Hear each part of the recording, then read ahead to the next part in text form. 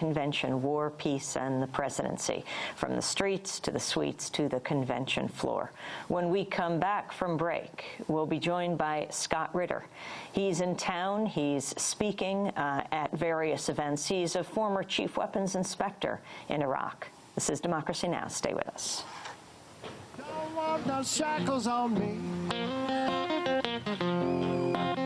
I sat down with Big Brother, don't you tread on me. I got the blues about freedom, got the blues about tyranny. I got the blues about my freedom, got the blues about tyranny. I sat down with Big Brother, don't like that national ID.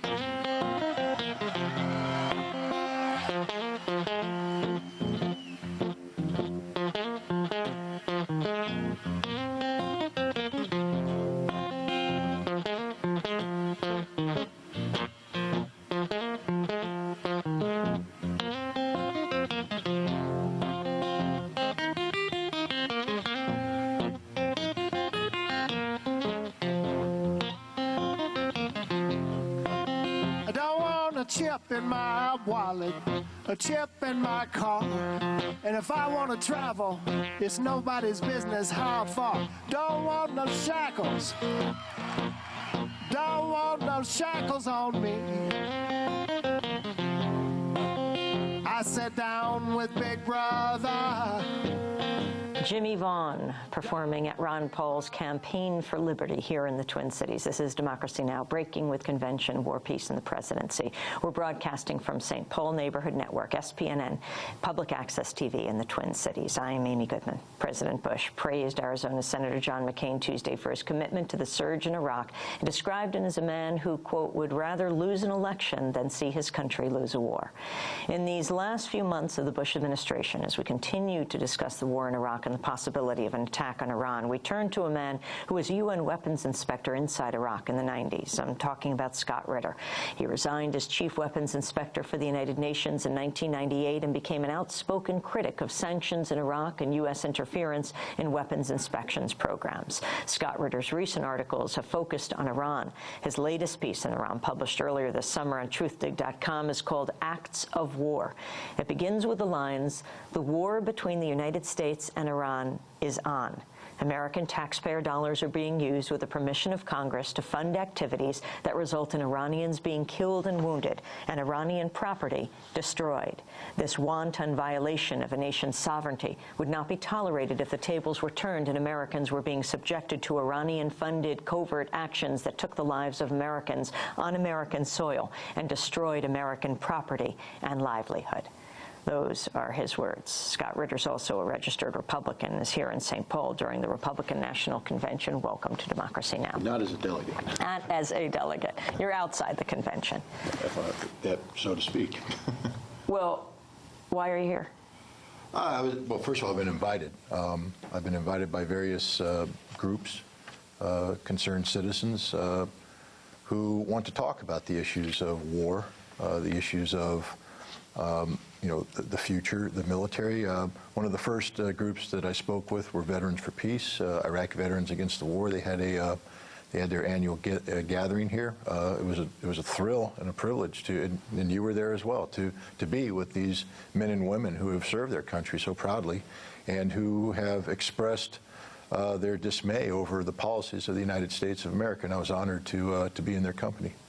And what about in the company of, well, thousands of Republican delegates who are here in St. Paul?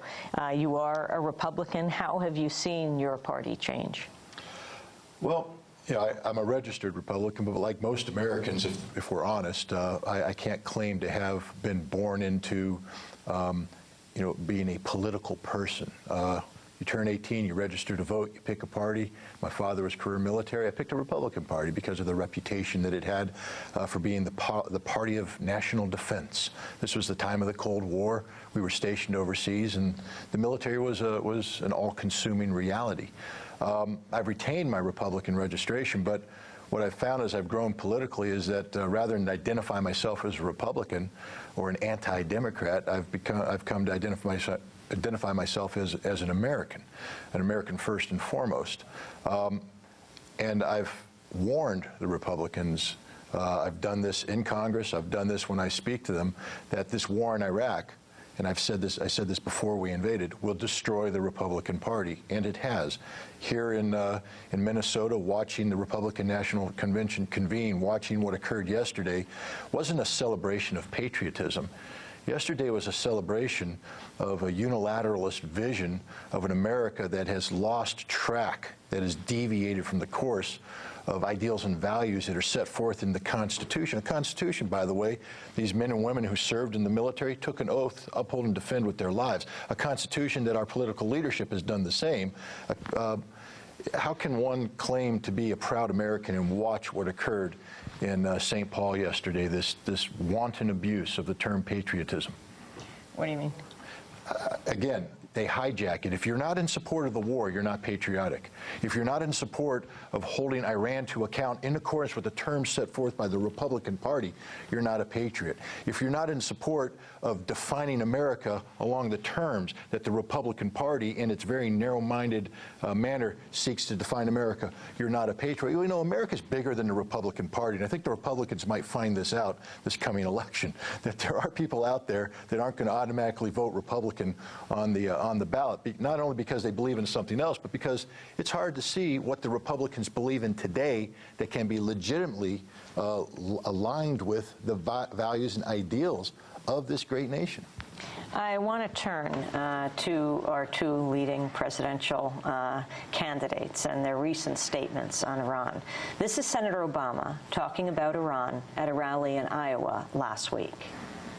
My job as president would be to try to make sure that we are tightening the screws diplomatically on Iran, that we've mobilized the world community to go after Iran's nuclear program in a serious way, to get sanctions in place so that Iran starts making a different calculation. And we've got to do that before Israel feels like its back is to the wall. And this is Senator McCain discussing Iran while on the campaign trail in July. It's time for action, and it's time to make the Iranians understand that this kind of violation of international treaties, this kind of threatening of their neighbors, this kind of continued military activity is not without cost. Scott Ritter, not without cause. John McCain, Barack Obama, are their policies different? Well, on the issue of Iran, I guess we can see clearly that there isn't much that separates the two, and this is disturbing, because what we have in this time of national dialogue, because that's what a presidential election should really be about. It's about a national dialogue. It's about 300 million people making a decision on what kind of leadership they want for the next 4 years. And there are many critical issues. We don't need to enunciate all of the domestic issues that are being ignored while we focused on issues like Iran. But when we speak of executive leadership, one of the main tasks given our president is national security. And so it's very good that we have these two candidates focused on the national security of the United States, but the way that they have couched Iran is a way that only points towards confrontation. And tell us what you mean when you say the war is already on. This isn't a matter of whether or not we go to war with Iran. Well, again, war is defined as in a number of ways. As a former Marine, I can tell you that an act of war would be, for instance, if I locked on a target acquisition radar onto another airplane. Just by locking on a radar which indicates my willingness to target them is an act of war, even though I don't fire on them. If a nation violates the sovereign airspace, one is allowed to assume the intent is nefarious and allow for the self-defense, to shoot down that aircraft. If somebody violates your territory with weaponry, with explosives, and carries out acts acts which manifest themselves in death and destruction. It's an act of war. The United States has authorized this kind of activity in Iran, either directly through American-controlled assets or by proxy, using assets which are managed by either the Department of Defense or the Central Intelligence Agency. The United States Congress has passed resolutions using taxpayer money for the purpose of removing the regime in Iran from power. I don't know how other people want to stack all this up, but when I take a look, again, if you erase Iran and put the United States, and this was happening to us, at this convention, they would be screaming that America is under attack, that we are being subjected to war, and we have every right to defend ourselves. So I would say that it's only fair that if America is subjecting another nation to this, that we are committing acts of war against that nation. It may not be the conventional war that people are accustomed to, where troops in identified uniforms are moving forward, but it's definitely a precursor to conventional war. We are